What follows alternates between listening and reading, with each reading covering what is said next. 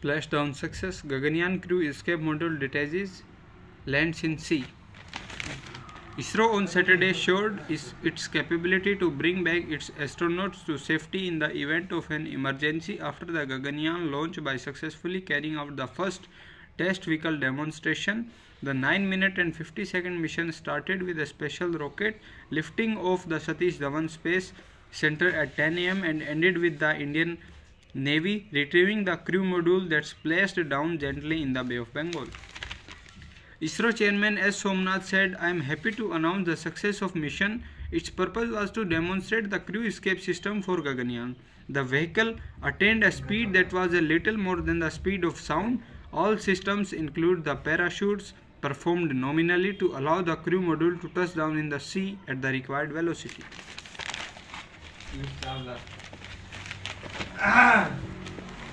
Vasundhara in BJP Rajasthan list along with her loyalist.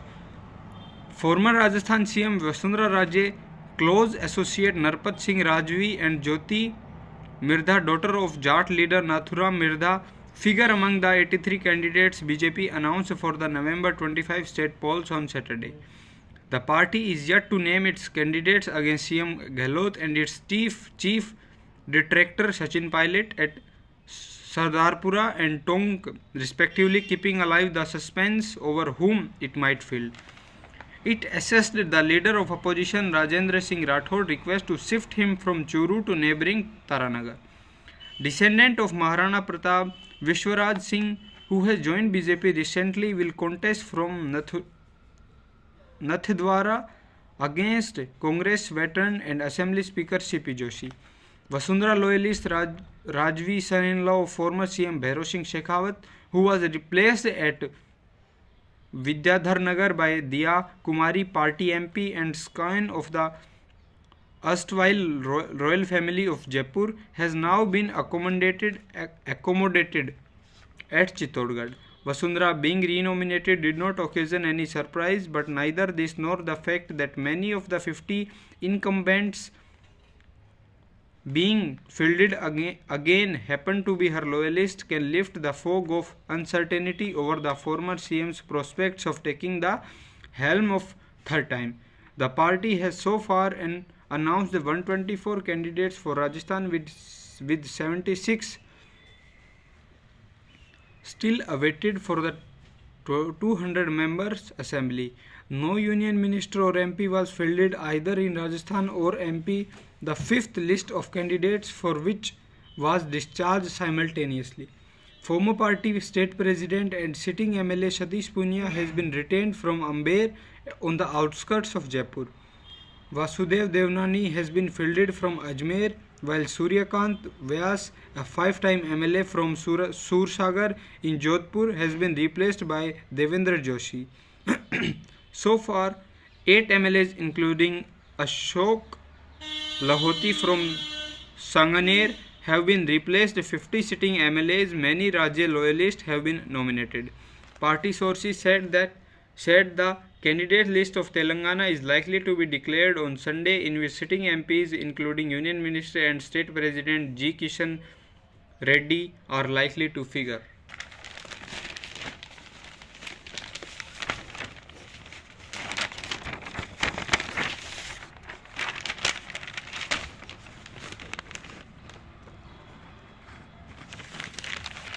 Yamuna floodplain gets NGT push.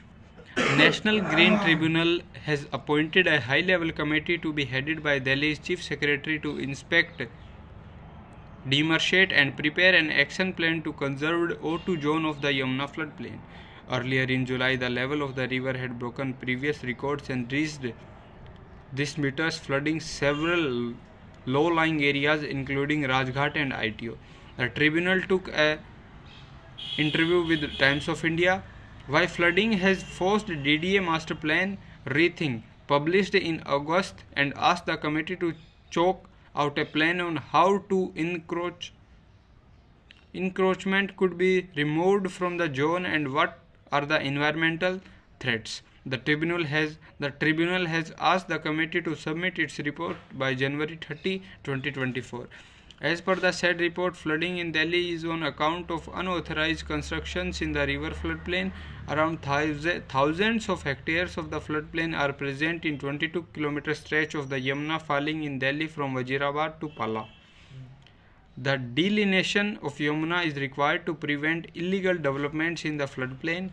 It is stated that there are about 76 unauthorized colonies in the area concerned and large-scale encroachment exists, the tribunal noted.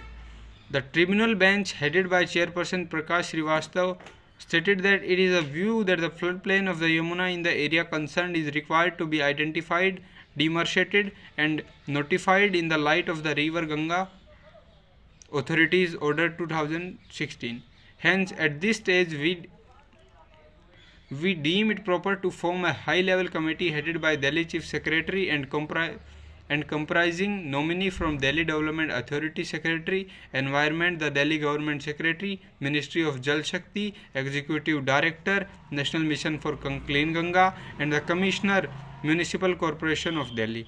The Environment Secretary will act as the nodal agency for coordination and compliance.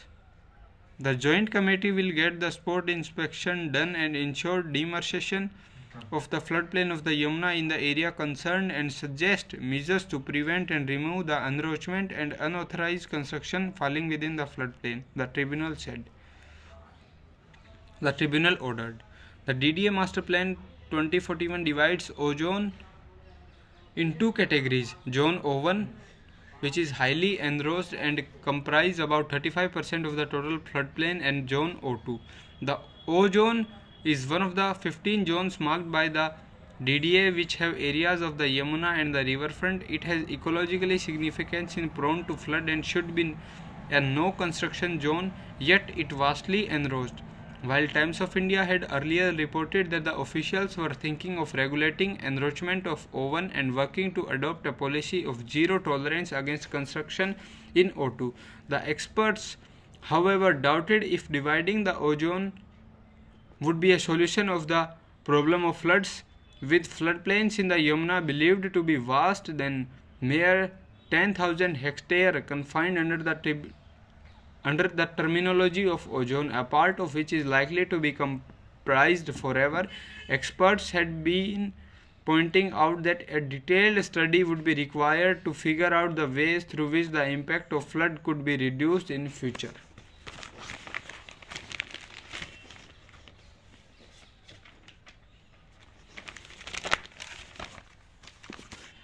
Current EV policy extended till December 31.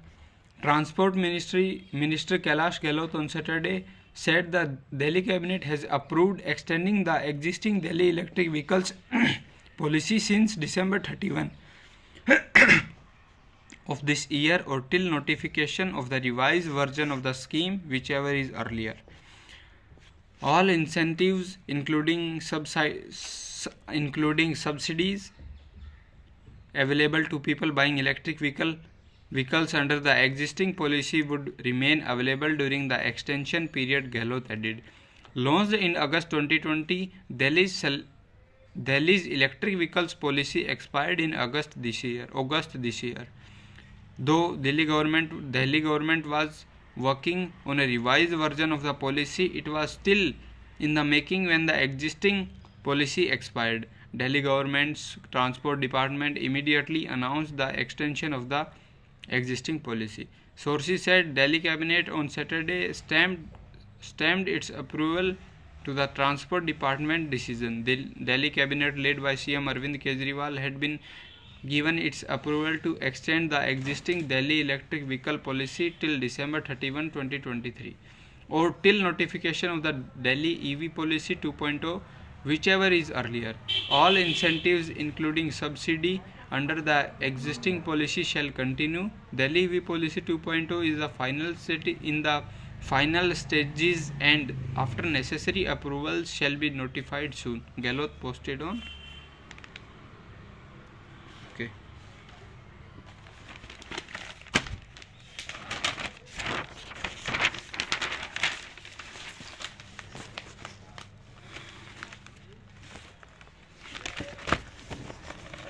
Inflated bills. ACB may probe role of hospital staff. The anti-corruption branch of Delhi government has sought the permission to register cases to corruption against 10 officials of Dr. for allegedly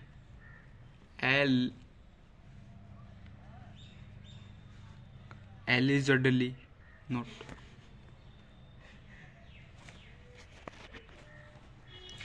allegedly passing inflated bills and making excess payment to a pharmacist that supplied medicine to the hospital. The ACB in its report said that the internal fact-finding committee to the hospital also reached the conclusion that the private pharmacy repeatedly submitted inflated bills by adopting different modules in convenience with the hospital staff and received undue payments. Okay.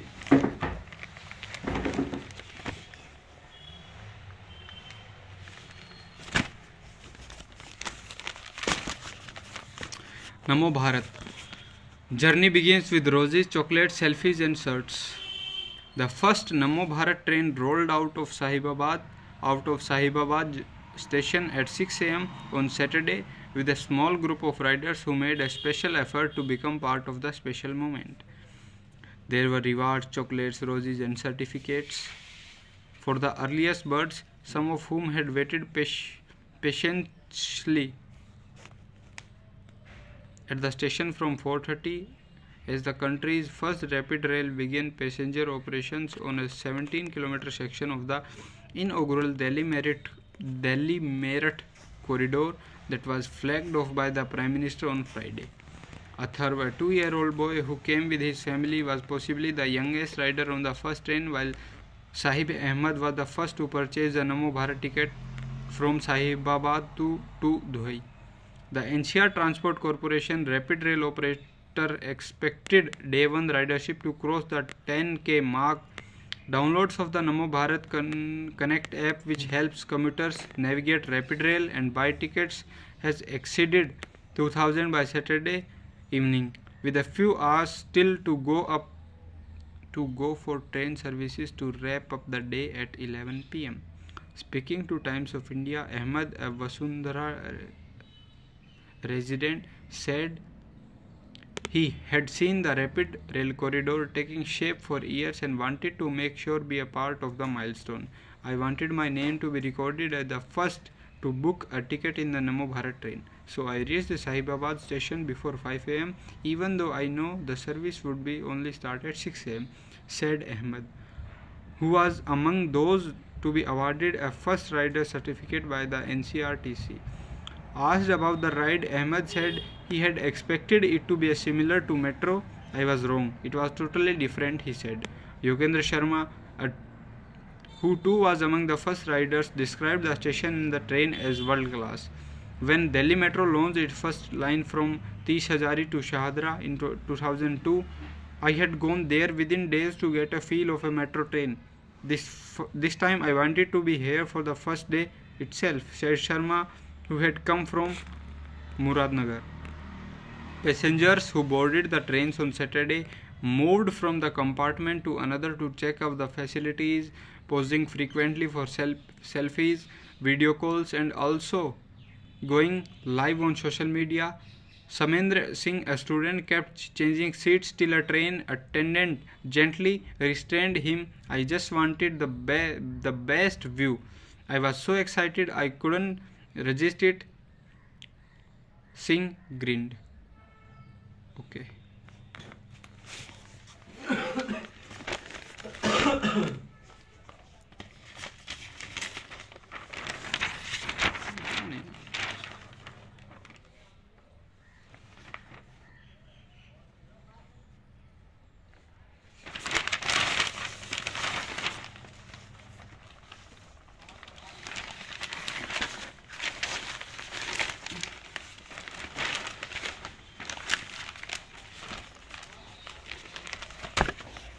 Gold market on revamped path.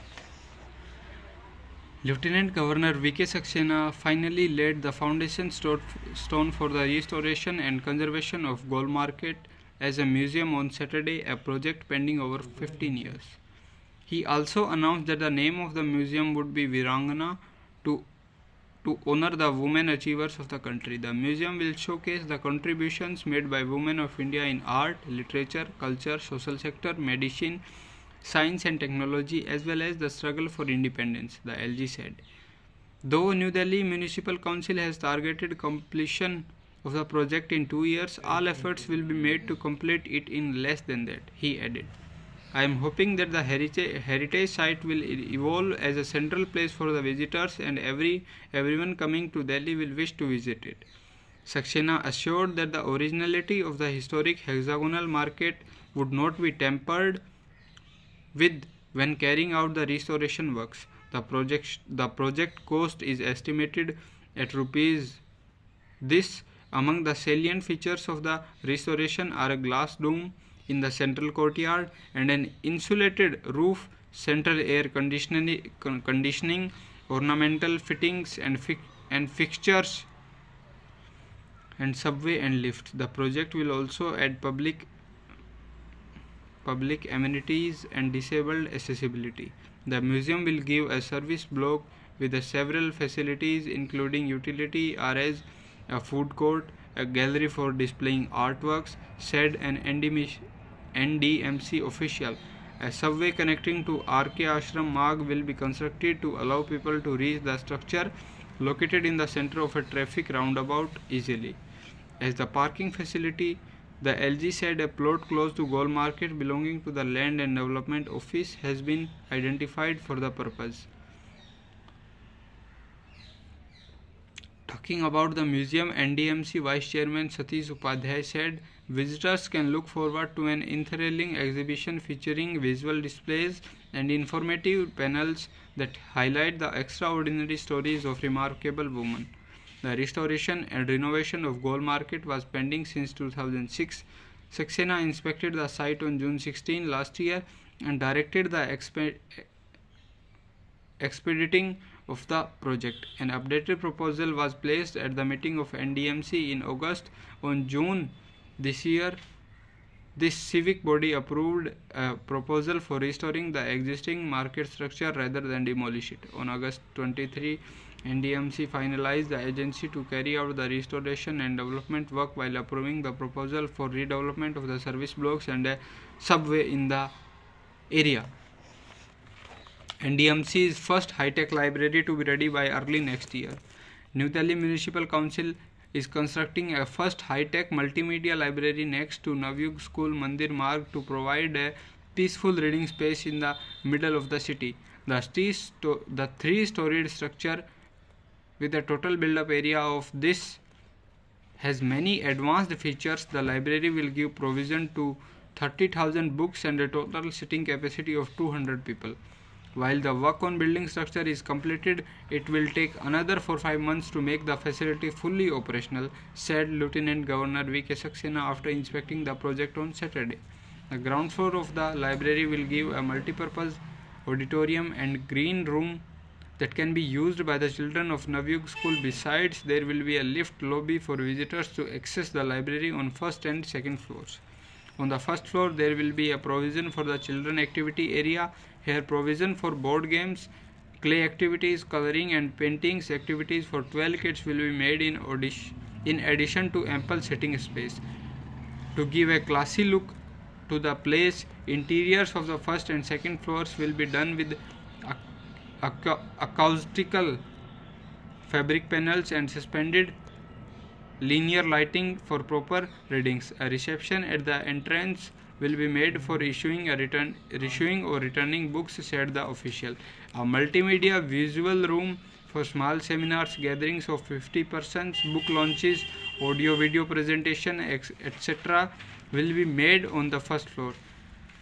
A research room for PhD scholars on second floor, breakout zone on terrace, a newspaper room and an e-library for 30 people will be other features of this place, stated the officials. Creating such a reading space is important in a city where people can spend some meaningful time. We have asked the Delhi Development Authority to create 50 libraries in the city and progress is happening in that direction, said the LG.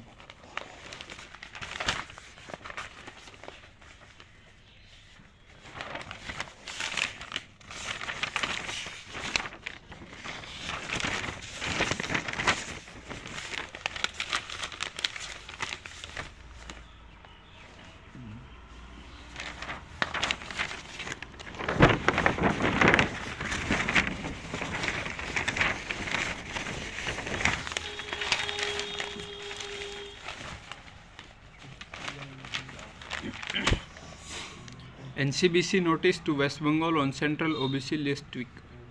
Responding to the recommendation of West Bengal for inclusion of 87 castes in the Central OBC list, the National Commission for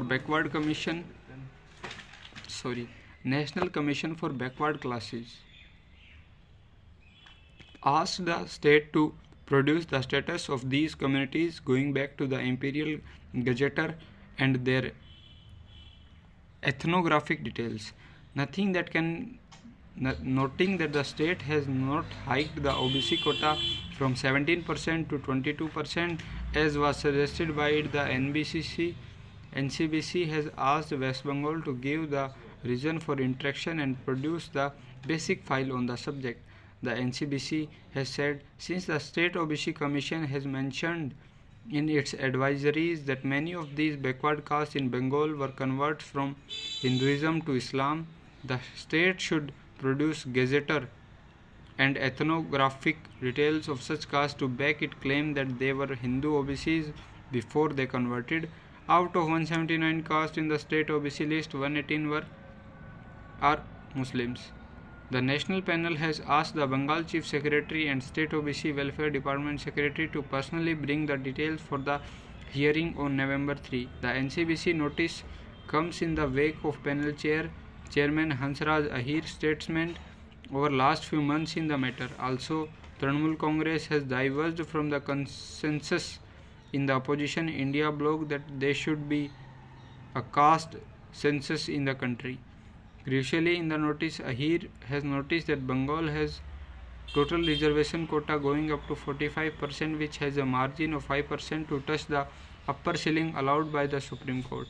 Ahir said the NCBC has earlier told the state that the backward quota would be hiked from 17% to 22%, but the state has not acted on its suggestion. Instead, the state earlier argued that the subject was a policy matter under the mandate of the state government and has not taken any decision on the issue, though there is no legal hurdle in doing so. The NCBC has also asked for caste-wise breakup of these 87 castes in admission of medical colleges, dental colleges, nursing colleges over last 3 years, and selections made in examination conducted by various selection boards over last 10 years.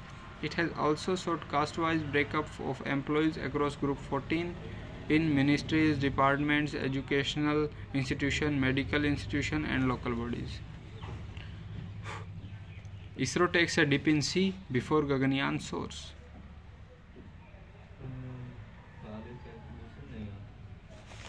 Okay.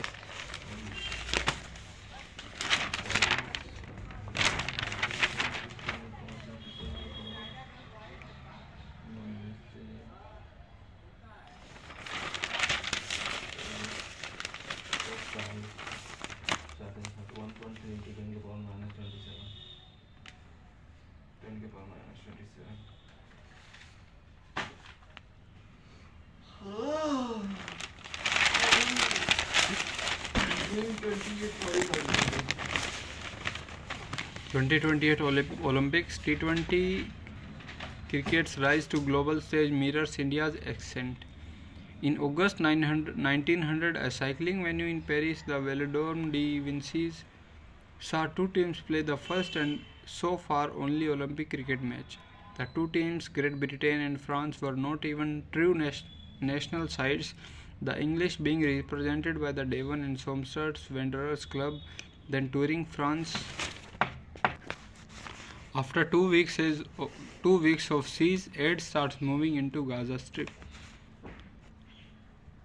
The Rafah border crossing between Egypt and Gaza opened Saturday to let a trickle of desperately needed aid into the besieged Palestinian territory for the first time since Israel sealed it off following Hamas' bloody rampage 2 weeks ago.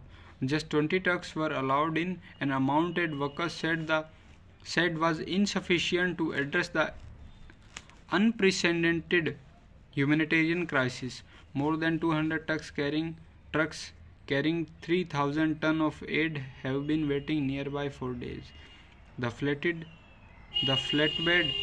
trucks from the Egyptian Red Crescent, which is responsible for delivering aid from various UN agencies, flying white flags and honking, exited the crossing after checks and headed into Gaza's southern area, which includes the major towns of Rafah and Khan Yunis, where hundreds of thousands of people made homeless by Israel's unrelenting air war, all are sheltering.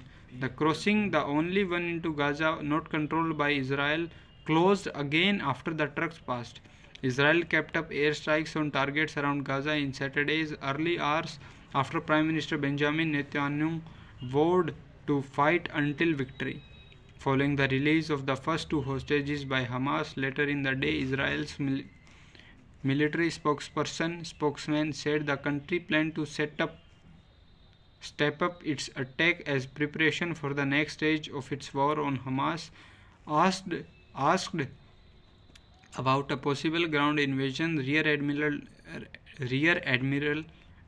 Daniel Hagari told reporters the military was trying to create optimal conditions beforehand. We will deepen our attacks to minimize the dangers of our forces in the next stages of the war. We are going to increase the attacks from today. Gaza's 2.3 million Palestinians, half of whom have fled their homes, are rationing food and drinking dirty water. Hospitals say they are running low on medical supplies and fuel for emergency generators amid of territory-wide power blackout. 5 hospitals have stopped functioning because of fuel shortage and bombing damages, the Hamas-run health ministry said.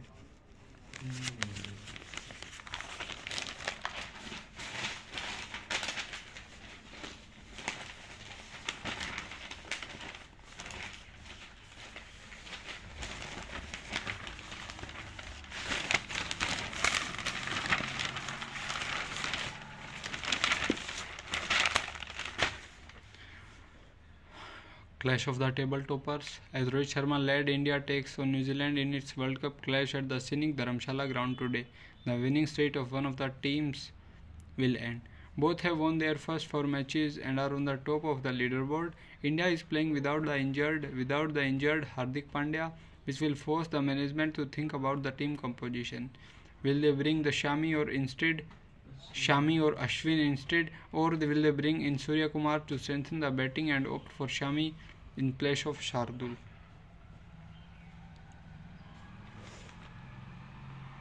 Pak ex-PM Nawaz Sharif returns home after a 4-year self-imposed exile in the UK to lead his party in January polls. No wish for revenge, Nawaz Sharif tells supporters on returning to Pakistan. Pakistan's former 3-time Prime Minister Nawaz Sharif arrived home on Saturday, ending a 4-year self-imposed exile in London and restarting his political journey ahead of the general elections with a huge rally at Minar-e-Pakistan in his hometown of Lahore. I have no wish for revenge and only want the well-being of the public, he said at the rally. A 73-year-old Pakistan Muslim League Nawaz chief arrived in Islamabad from Dubai with an entourage of more than 150 people in a chartered plane. He left for Lahore after completing legal formalities at Islamabad airport. Addressing a massive crowd of supporters in Lahore, Nawaz said he had never betrayed his supporters nor shied away from any kind of sacrifice. He recalled how fake cases were framed against him and his party leaders, but no one abandoned the PMLN flag. He told his followers, "Tell me, Who are they who separate Nawaz Sharif from his nation? We are those who built Pakistan. We made Pakistan an atomic power. We brought an end to load sheddings. Is this why? Sorry. Is this why you ousted me?